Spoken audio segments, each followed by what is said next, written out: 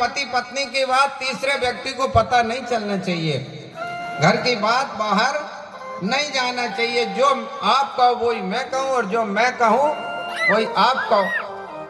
अगर छोटा सा उदाहरण, किसी ने कोई वस्तु मांगी और भैया ने कह दिया कि हाँ है अपने पास, चंगेर चाहिए कि हाँ है पुड़ी में रखने के लिए भंडारा, और अगर बाई ने मना कर दिया पूरे गांव में हो जाएगी भैया बाई बहुत खराब, भैया ने तो कह दिया था पर बाई ने मना कर दिया।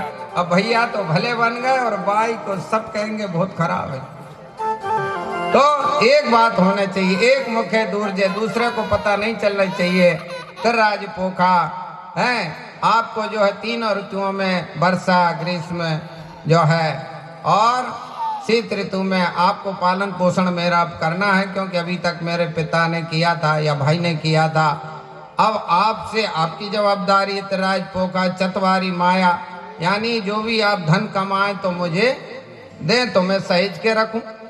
यदि संयुक्त परिवार है तो जो पैसे रखते हो उन्हें देना चाहिए।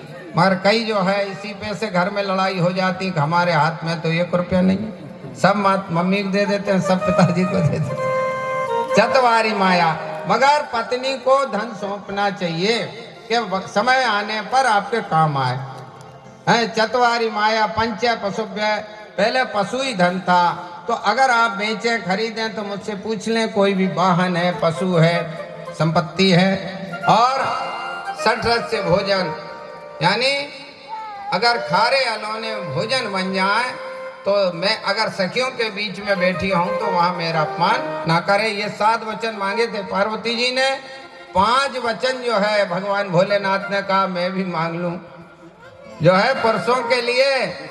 बोले कौन से के जीवन भर आपको इनका भी पालन करना है। क्या कि उद्याने मदपाने पिता ग्रह गमनम ममो चित्तम ममो वित्तम ममो भाग्य जनार्दनम, यानी उद्याने खेत हार बगीचे में जाओ तो अकेले नहीं जाना चाहिए। दूसरे मद पाने यानी बुरे लोग हैं उनसे जो है मुंह नहीं लगे। और पिता गृह गमनम, बार बार जो है बिना बुलाए पिता के घर नहीं जाना चाहिए। ममो चित्तम ममो वित्तम, यानी मेरे चित्त के अनुसार आप कार्य करें, और जो मेरी इच्छा की ये भोजन बनाना तो वो ही बनाए, नहीं तो जो इच्छा नहीं है वो बना दिया।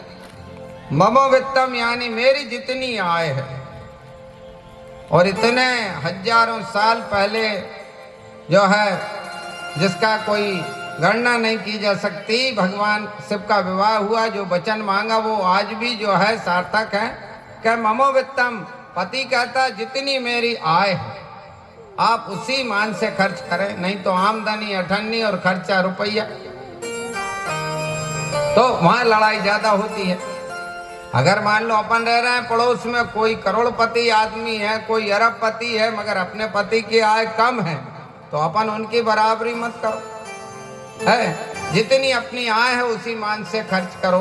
ममो वित्तम ममो भाग्य जनार्दनम, और पति की आज्ञा को भगवान की आज्ञा समझना चाहिए।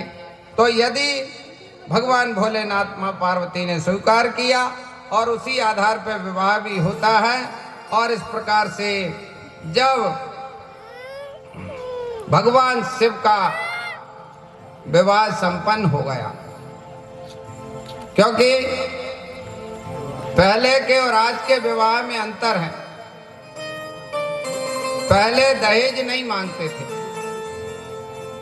और आजकल तो अगर लड़का सरकारी नौकरी में है, पढ़ लिख गया, तो कुछ लोग, सभी नहीं, कुछ लोग जो है दहेज की मांग करते हैं।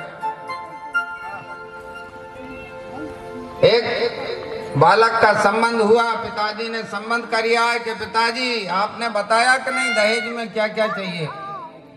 पिताजी इनका बेटा मैंने तो नहीं बताया। तो कहने लगे कि मैं फोन करता हूं, नंबर दो ससुर जी को।